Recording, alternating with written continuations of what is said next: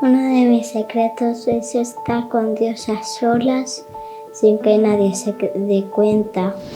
Como un amigo que siempre está a mi lado.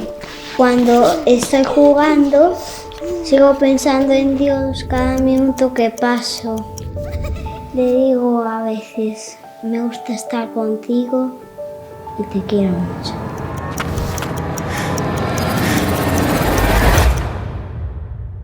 Pero sé que te he abandonado.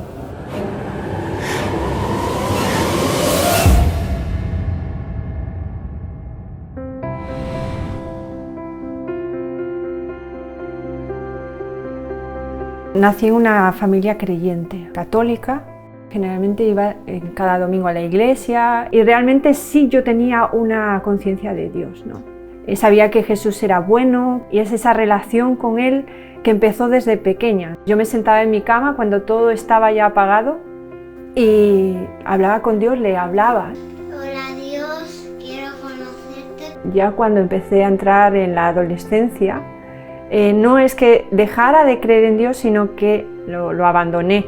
Y empecé realmente a poner mis expectativas en las personas. Todo ese auge de querer vivir a la vida a tu manera, hacer las cosas como tú quieres. Y entonces yo caí en una depresión. Dejé de tener ganas de vivir, tan duro como eso. Me levantaba por la mañana y decía, ¿para qué estoy aquí? Yo sentía que me había metido en un lugar donde no sabía cómo me había metido allí, pero no sabía cómo salir. O sea, lo tenía claro. Yo sabía que de ahí yo sola no salía.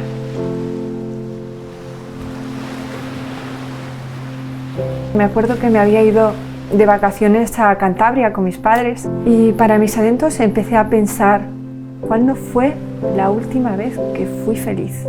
De paz, de seguridad, de amor. Y empecé a pensar para atrás. El año pasado no, el anterior no.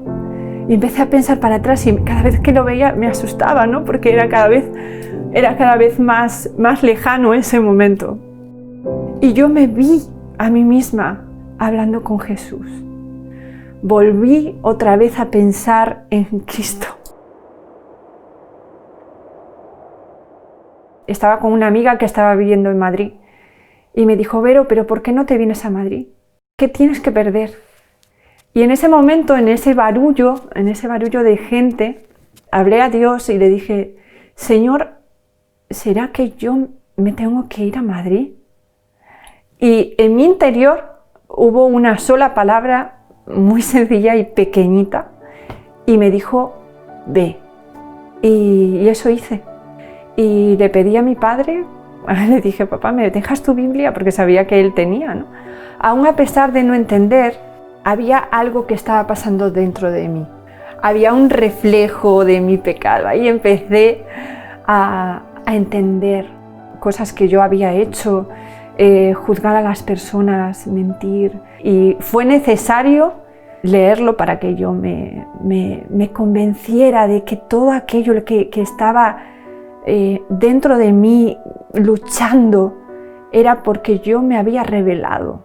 Me compré una libreta para empezar a escribirle, Señor, yo no sé cómo encontrarte.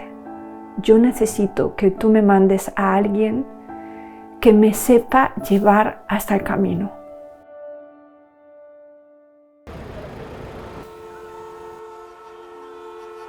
Y salí al centro, pasé por la Puerta del Sol. Lo que recuerdo, lo primero que yo recuerdo es escuchar a alguien cantando.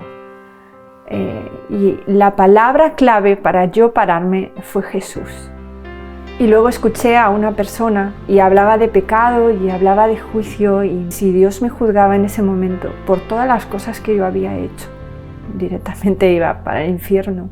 Y hablaban de que Él había muerto por mí, de que Él me amaba, de que Él había hecho todo para mí y que si yo me arrepentía, si yo reconocía, ¿no?, todo ese peso de mi pecado y creía en Él, entonces Él me perdonaba. Y en ese momento yo hice una oración sencilla y lo acepté en mi corazón yo sentía un fuego dentro de mí, algo que Dios estaba haciendo. Yo estaba diciendo, Dios mío, estás haciéndolo, ¿no? Estás cambiando algo. Como si el peso que había dentro de mí, que era un peso profundo y imposible de sacar por mí misma, de repente ya no estaba.